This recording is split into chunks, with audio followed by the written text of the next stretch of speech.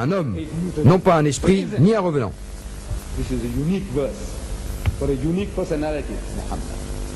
Mais il nous dit c'est un esprit. Mohammed est un esprit. Je dis oui, c'est ce que la Bible dit. Voyez-vous, le mot esprit dans la Bible, je m'adresse aux chrétiens, ne désigne pas systématiquement le Saint-Esprit. Car dans le livre de la Révélation, le dernier livre de la Bible, on nous dit que 7 esprits de Dieu sont partis dans le monde. Je dis, croyez-vous en 7 Saint-Esprits? Il dit non, il n'y a qu'un seul Saint-Esprit. Je dis, on parle de cet esprit, il doit donc y avoir 7 Saint-Esprits. Non, l'Esprit ne désigne pas à chaque fois le Saint-Esprit. Alors, dans Saint Jean, dans la première lettre de Jean, chapitre 5, verset 4, il est dit, bien-aimés, ne croyez pas tout esprit, mais éprouvez l'esprit pour voir s'il provient de Dieu, car beaucoup de faux prophètes sont sortis dans le monde. Donc un faux prophète est un faux esprit, et un prophète authentique est un esprit authentique. Saint Jean emploie le mot esprit pour prophète. Ne croyez pas tout esprit, n'ayez pas foi en tout prophète. L'esprit, dit-il, qui confesse que Jésus est le Christ, est un esprit envoyé par Dieu.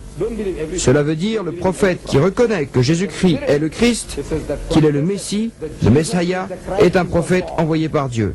C'est ce que dit Saint Jean, c'est ce que nous lisons. Pour savoir si cet esprit, ce prophète, Mohammed, dit que Jésus est le Christ, ouvrez la sourate Al-Imran, chapitre 3, verset 45. Elle dit... Et lorsque les anges dirent au Marie, Dieu t'annonce la bonne nouvelle de la prochaine venue d'une parole de lui. Son nom est le Messie, traduit par Christ. Mohammed a-t-il dit que c'est le Christ? Oui, c'est ce que croit tout musulman. Sur le témoignage du prophète Mohammed, 1 milliard de musulmans dans le monde croient que Jésus est le Christ. Il a dit l'esprit qui confesse, le prophète qui dit que Jésus est le Christ, celui-là est envoyé par Dieu. Pourquoi n'appliquez-vous pas cela à Mohammed? Dans l'évangile selon Jean, il est dit, ce qui est né de la chair est chair, ce qui est né de l'esprit est esprit. Les esprits engendrent-ils? Cohabitent-ils? Il dit non. Alors, peut-il naître d'un esprit? Non. Cela veut dire que celui qui a des tendances spirituelles est d'essence spirituelle. Celui qui a des tendances matérielles est chair. Qu'est-ce qui vous a amené ici ce soir? Est-ce un cadeau qui vous serait offert par Didat? Est-ce qu'il va vous donner quelque chose de délicieux? Quoi? Du chocolat? Est-ce pour cela que vous êtes venu? Si c'est le cas, je vous donne ce que vous désirez, alors on estime que vous êtes enclin aux choses matérielles. Ce sont les choses matérielles qui vous ont amené ici ce soir. Vous êtes donc matérialiste. Dans le langage de la Bible, vous êtes chair, vous êtes de chair, matérialiste. Si ce sont des considérations, des motivations spirituelles qui vous ont poussé à venir ici, alors vous êtes spirituel, vous êtes esprit. Quoique vous n'êtes pas esprit, vous êtes un corps solide de chair et d'os. Mais vous avez des penchants spirituels. Vous êtes spirituel. Selon le langage de la Bible, celui qui est né, c'est-à-dire ce qui vous a motivé, ce qui vous a donné naissance, il est esprit, spirituel, alors vous êtes esprit.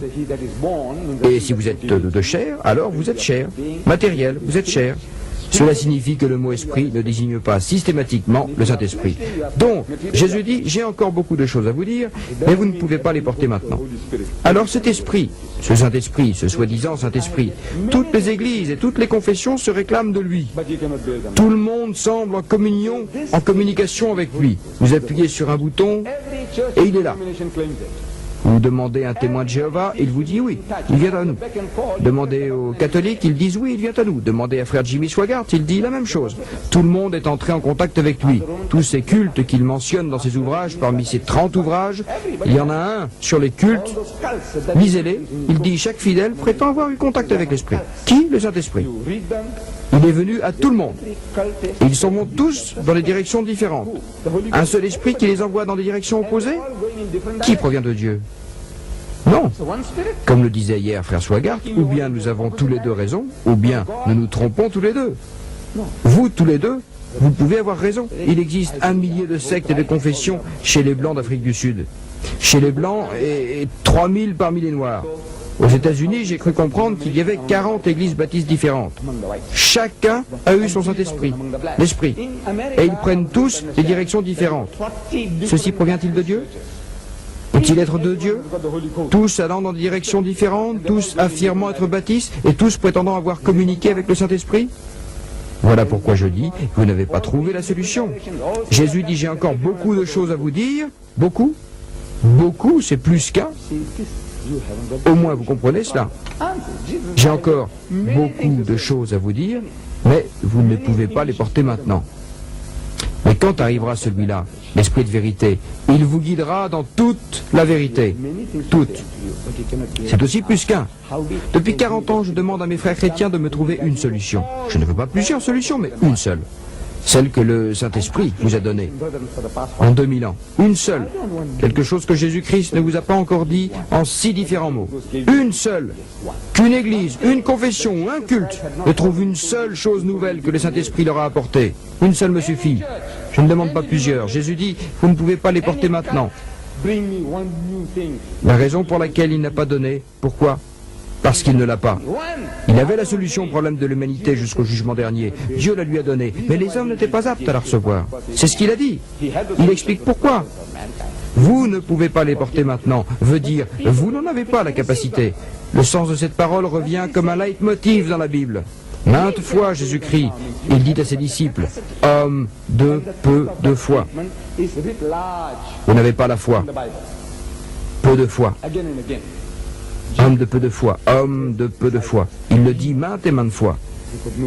Il leur explique, dites notre vérité, comme s'il s'adressait à des enfants.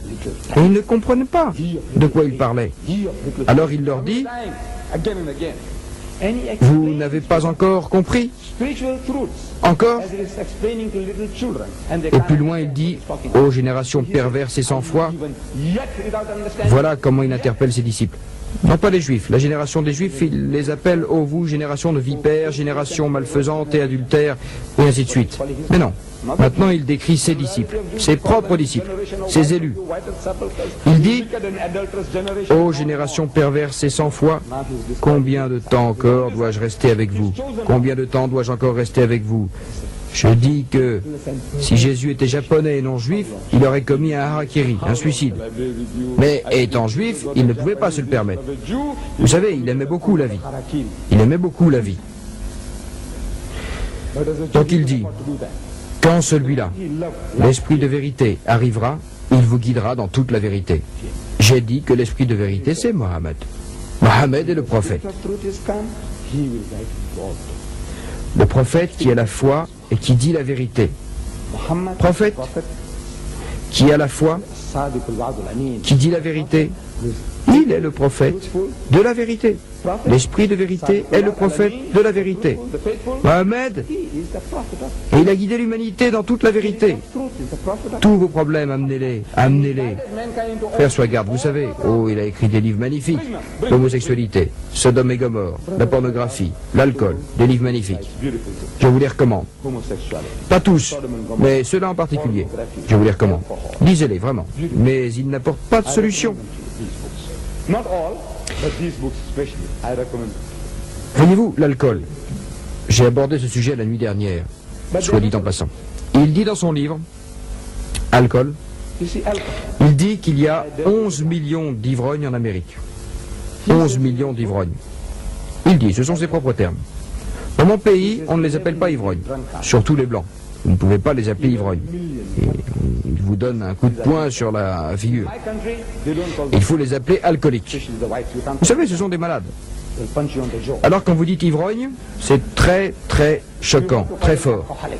Ce n'est pas un ivrogne. Mais quand vous dites alcoolique, l'alcoolique c'est quelqu'un de malade. Vous savez, il a besoin d'un traitement. 11 millions. C'est frère Swigart qui le dit. Ivrogne en Amérique. Et 44 millions de grands buveurs. Et il me dit, il n'y a pas de différence entre les deux. Pour moi c'est pareil. Que vous les appeliez ivrognes ou grands buveurs, pour moi c'est pareil. Ah. Que Dieu soit loué. Voilà un frère qui parle comme un musulman. J'ai dit, écoutez, faites encore un pas. Pour résoudre vos problèmes, vous devez faire un pas de plus. J'ai dit ajoutez les buveurs ordinaires à votre liste, parce que le prophète Mohammed n'a pas fait de distinction entre ces trois catégories.